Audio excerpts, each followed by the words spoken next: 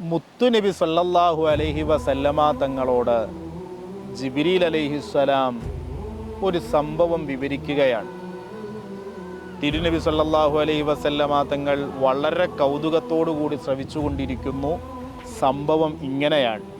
മനുഷ്യപിതാവായ ആദം നബി അലൈഹിസ്സലാമിനെ അള്ളാഹു സൃഷ്ടിച്ചപ്പോൾ ആദം നബിയുടെ 2 തള്ളവിരലുകളുടെ നഖം ഒരു കണ്ണാടി പോലെയാക്കി കൊടുക്കുകയും അതിൽ മുത്തുനബി സല്ലല്ലാഹു അലൈഹി വസല്ലമ തങ്ങളുടെ സൗന്ദര്യം വെളിവാക്കി കൊടുക്കുകയും ചെയ്തു.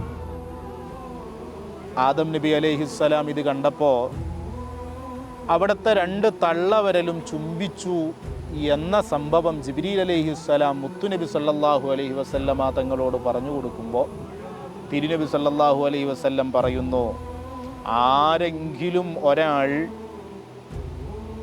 വാങ്ക് കേൾക്കുന്ന സമയത്ത് എൻ്റെ പേര് കേട്ടാൽ 2 തള്ളവിരലിൽ അവൻ മുത്തിയാൽ അവൻ്റെ കണ്ണിന് അന്ധത ബാധിക്കില്ല എന്ന് തിരുനബി സല്ലല്ലാഹു അലൈഹി വസല്ലമ തങ്ങൾ പറഞ്ഞു അത്രേ. മുത്തുനബിയുടെ ആശിഖീങ്ങളിൽ നമ്മെ അള്ളാഹു ഉൾപ്പെടുത്തി തരട്ടെ. തിരുനബി മഹബ്ബത്താണ് ഇരുലോക വിജയത്തിന് നിദാനം.